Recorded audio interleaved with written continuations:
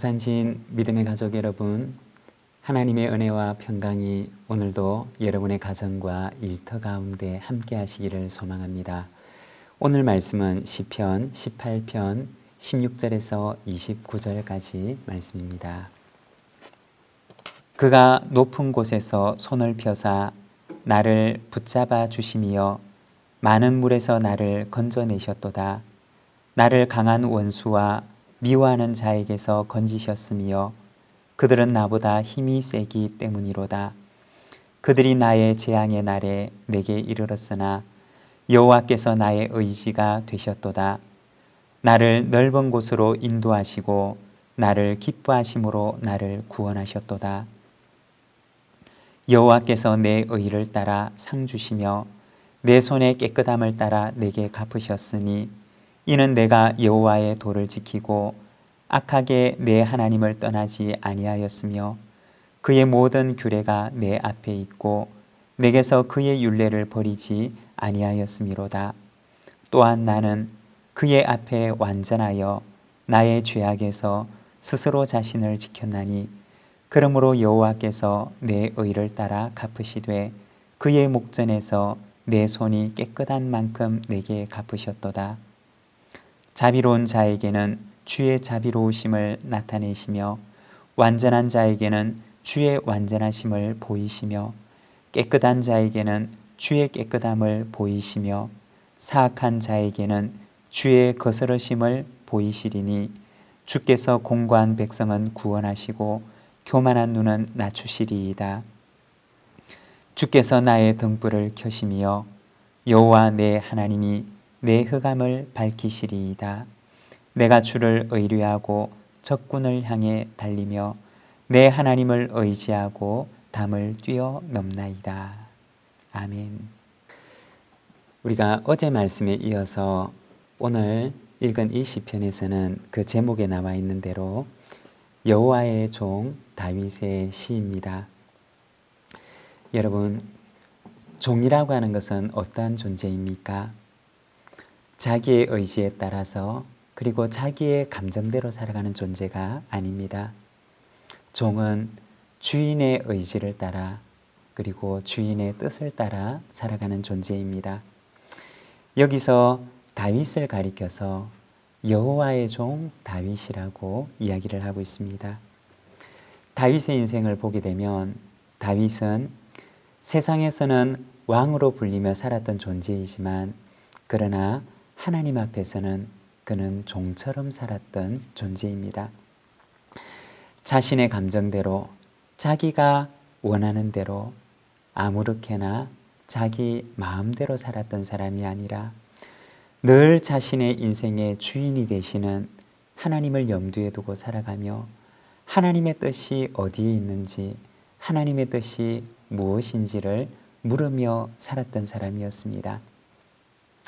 어떻게 하는 것이 하나님을 기쁘시게 하는 것이고 그리고 하나님, 제가 어떻게 살아가면 좋을까요? 제가 어떻게 해야 할까요?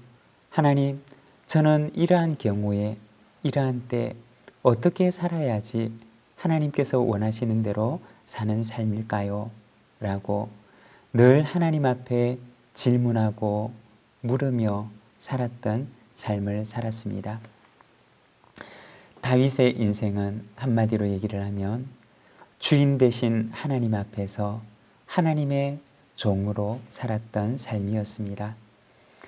하나님의 종으로 살았던 다윗이 사울의 손에서 그리고 그를 해하고자 하는 모든 원수들의 손에서 구원을 받은 날에 하나님께 드렸던 찬양이 바로 오늘 우리가 읽었던 이 시편의 찬양입니다.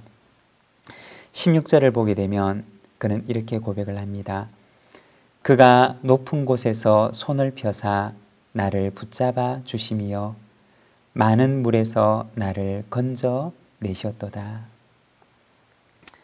마치 물에 빠진 사람을 건져내는 것처럼 높은 곳에서 손을 펴서 나를 붙잡아 주시는데 힘있는 팔로 그 험하고 많은 물에서 나를 건져 주십니다.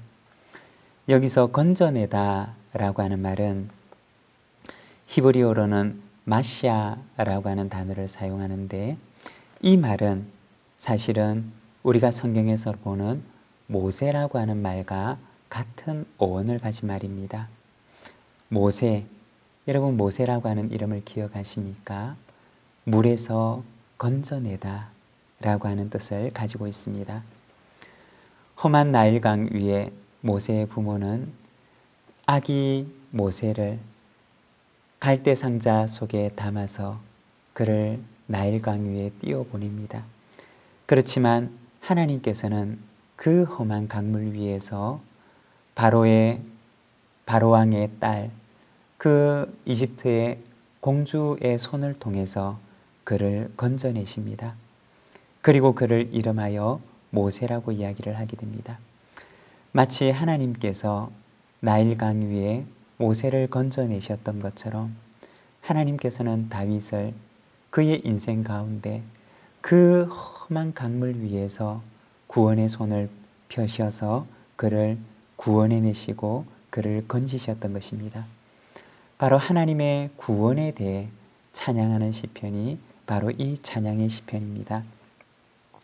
20절에서 24절까지 말씀을 보게 되면 하나님께서 그를 구원하시기까지 그가 고난 중에서 겪었던 그의 내적인 갈등에 대해서 말씀을 하는데, 그의 신앙적인 투쟁, 그리고 그가 겪었던 영적인 투쟁에 대해서 이야기를 합니다.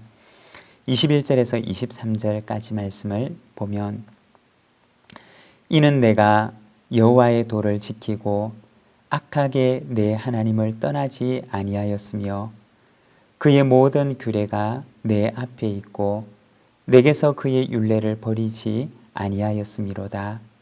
또한 나는 그의 앞에 완전하여 나의 죄악에서 스스로 자신을 지켰나니. 여기에 보면 다윗이 얼마나 자기 자신과 내적인 갈등을 하며 내적인 싸움을 하며 지냈는지를 보여줍니다. 악한 마음으로 하나님을 떠나지 않으려 하고 하나님의 율례를 저버리지 않으려 하고 죄악 가운데서 자신을 지키려고 하는 그러한 내적인 갈등, 내적인 싸움을 보여주는 것입니다.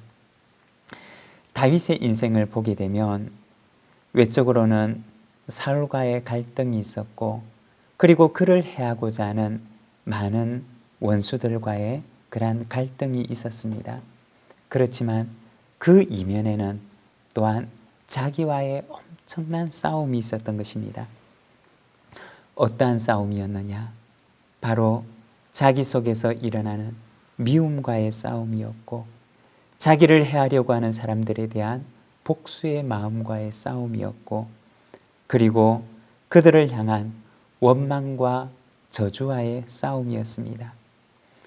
이와 같은 본능적인 충동들이 그의 속에서 마치 분수처럼 솟아나는데, 그런데 이렇게 일어나는 미움과 복수하고 싶은 마음, 그리고 원망과 저주의 마음과 그는 늘 싸우는 그러한 싸움을 해야 했던 것입니다. 이와 같은 충동들이 자신의 영혼을 사로잡을 때마다 그는 하나님을 떠나지 않으려고, 그리고 하나님의 그 규례, 하나님의 그 도, 하나님의 그 길에서 떠나지 않으려고, 그리고 죄악 가운데서 자기를 지키려고 얼마나 몸부림쳤는지 모릅니다. 그렇지만 여러분, 사울의 삶을 보면 어떠한가요? 사울의 삶을 보게 되면 그는 모든 권력을 지닌 자였지만, 그러나 그의 일평생은 다윗을 향한 미움과 저주의 마음 가운데 살아가게 됩니다. 결국에는 그 미움과 저주의 강물에 떠밀려 흘러가서 그는 자신의 영혼을 잃어버리고 말게 됩니다. 미움과 저주가 바로 그의 영혼을 파탄으로 이끌었던 것입니다. 우리가 성경을 보게 되면 다윗은 늘 악령에 시달리고 있는 그러한 모습을 보여줍니다. 여러분, 사울이 그토록 시달렸던 사울의 영혼을 그토록 괴롭게 했던 그 악령의 정체가 무엇이었을까요? 그것은 바로 그의 영혼 속에 있었던 미움과 저주와 원망이었을 것입니다. 그렇지만 다윗은 그것으로 인해서 그의 인생을 소진하지 않습니다. 이러한 미움과 저주로부터 그는 자기를 지키는 삶을 살아갑니다. 그리고 주님의 말씀을 붙들고 주님의 율례와 규례를 떠나지 않으려고 그는 하나님 앞에 기도하고 무릎을 꿇으며 자신의 영혼을 지켜냅니다. 하나님의 말씀이 그의 영혼을 지키는 방패가 되어 주었던 것입니다.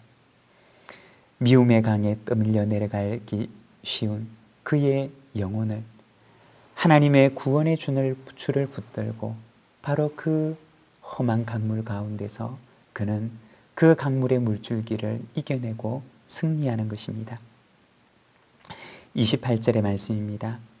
주께서 나의 등불을 켜시며 여호와 내 하나님이 내 흑암을 밝히시리이다. 하나님의 말씀이 그의 영혼을 밝혀주는 등불이 되었던 것입니다. 깊은 미움의 어두움, 저주의 어두움, 그리고 원망의 어두움 가운데 휩싸여 살아갈 수밖에 없는 그의 영혼을 환하게 밝혀주는 그러한 등불이 되었던 것입니다. 시편 119편 105절의 말씀을 보게 되면 이렇게 고백을 합니다. 주의 말씀은 내 발의 등이요 내 길의 빛이니이다. 하나님의 말씀이 그의 영혼이 어둠의 강물에 휩싸이지 않도록 지켜주는 등불이 되어 주었던 것입니다. 29절의 말씀입니다. 내가 주를 의뢰하고 적군을 향해 달리며 내 하나님을 의지하고 담을 뛰어넘나이다. 다윗은 오늘도 하나님의 말씀에 등불을 들고 달립니다. 원수들 사이에서 원수들의 담을 뛰어넘으면서 그는 말씀의 등불을 들고 달립니다. 그렇지만 그는 실족하지 않습니다. 왜냐하면 그의 손에는 하나님의 말씀에 등불이 쥐어져 있기 때문입니다. 사랑하는 우리 부산진 믿음의 가족 여러분, 이 하루를 살아갈 때 다윗처럼 하나님의 말씀에 등불을 들고 빛 대신 하나님의 말씀을 따라 오늘도 우리의 믿음의 경주를 감당하는 우리 모든 믿음의 가족들이 되시기를 바랍니다.